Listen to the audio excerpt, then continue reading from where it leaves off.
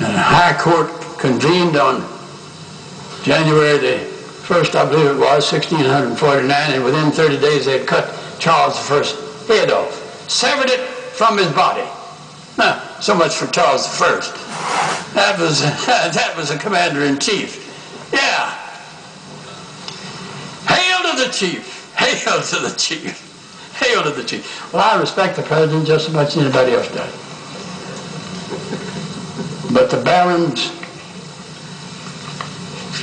at Runnymede on the banks of the Thames on June 15, 1215, took it upon themselves to let the king know that there was a law and that kings had to live by the law, just as did barons and others. So I don't know who's talking to this president down here. I don't know who among his crowd down there is trying to pump him up. But my friends, this president of the United States is president by virtue of this Constitution. He was created by this Constitution that I hold in my hand, which says in Article 2 that the president shall be commander-in-chief. Article 2 of the Constitution. The Constitution has it. And yet this administration refers to the Constitution in this National Security Strategy of the United States of America, printed on September 2002, refers to the Constitution not even with a capital letter. The Constitution, America's Constitution. What's the matter with those people? Haven't they studied the Constitution down at the other end of the avenue? Well, they'd better become aware that there is a Constitution. And that Constitution refutes this resolution on which Congress is about to vote to give to the President of the United States the power to determine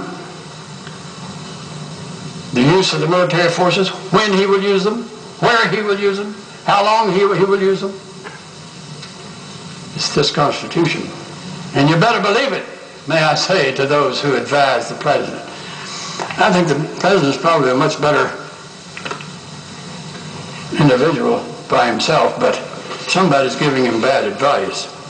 So here's what Hamilton said. Let's read what Hamilton says. You know, he's one of the three authors of the Federalist Papers. Hamilton, that man who was shot to death in Weehawken, New Jersey, shot on the 11th of July, 1804. He died on the 12th of July, 1804. Shot by the Vice President of the United States. Murdered by the Vice President of the United States. Alexander Hamilton. Let's hear what he has to say in the Federalist Paper, number 69. Read it. These are the Federalist Papers. There are 85 of them, written by Jay, Hamilton, and Madison. Let's hear what he says about the Commander-in-Chief. Hey down there! I want the Commander-in-Chief to hear me.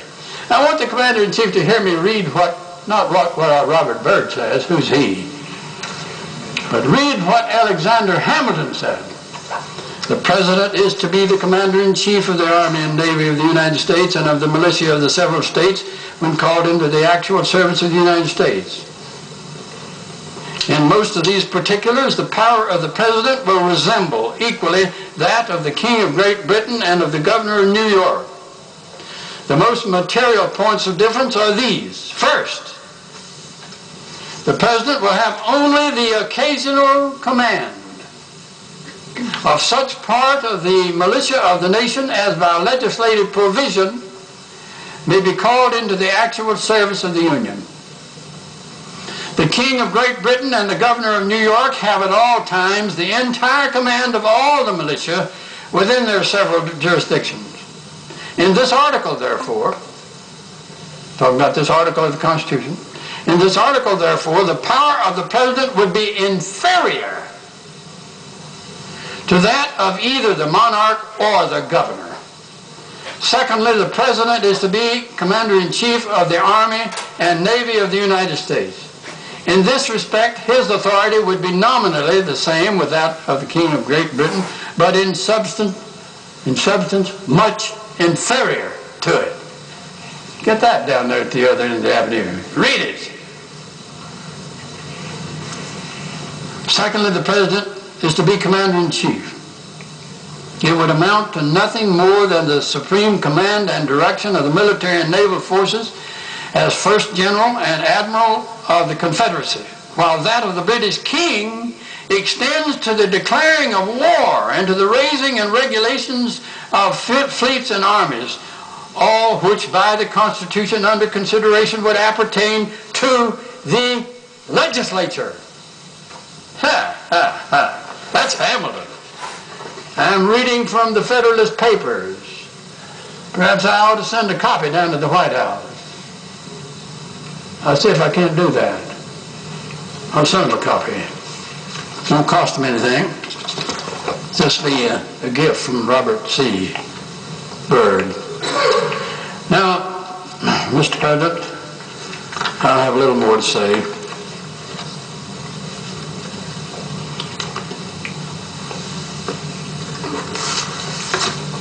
But suffice it to say that others of my colleagues and I have stood on this floor and we've pointed to the Constitution of the United States. We've said time and time again, as we've offered amendments, to try to uphold this Constitution of the United States. Read those amendments. They went down, I'm sorry to say. But I'm not discouraged. Let me read at this point some verses from the book of Luke, and continuing through verse 31. There was a certain rich man which was clothed in purple and fine linen, and fared sumptuously every day. And there was a certain beggar named Lazarus, which was laid at his gate, full of sores, and desiring to be fed with the crumbs which fell from the rich man's table. Moreover, the dogs came and licked his sores. And it came to pass that the beggar died and was carried by the angels into Abraham's bosom. The rich man also died and was buried. And in hell he lifted up his eyes, being in torment, and seeth Abraham afar off, and Lazarus in his bosom. And he cried and said, Father Abraham, have mercy on me, and send Lazarus that he may dip the tip of his finger in water, and cool my tongue, for I am tormented in this flame. But Abraham said, Son, remember that thou in thy lifetime receivest thy good things, and likewise Lazarus evil things. But now he is comforted, and thou art tormented. And beside all this, between us and you, there is a great gulf fixed, so that they which would pass from hence to you cannot. Neither can they pass to us that would come from thence. Then he said, I pray thee, therefore, Father, that thou wouldest send him to my father's house. For I have 5 brethren, that he may testify unto them, lest they also come into this place of torment. Abraham saith unto him, They have Moses and the prophets. Let them hear them. And he said, Nay, Father Abraham, but if one went unto them from the dead, they will repent.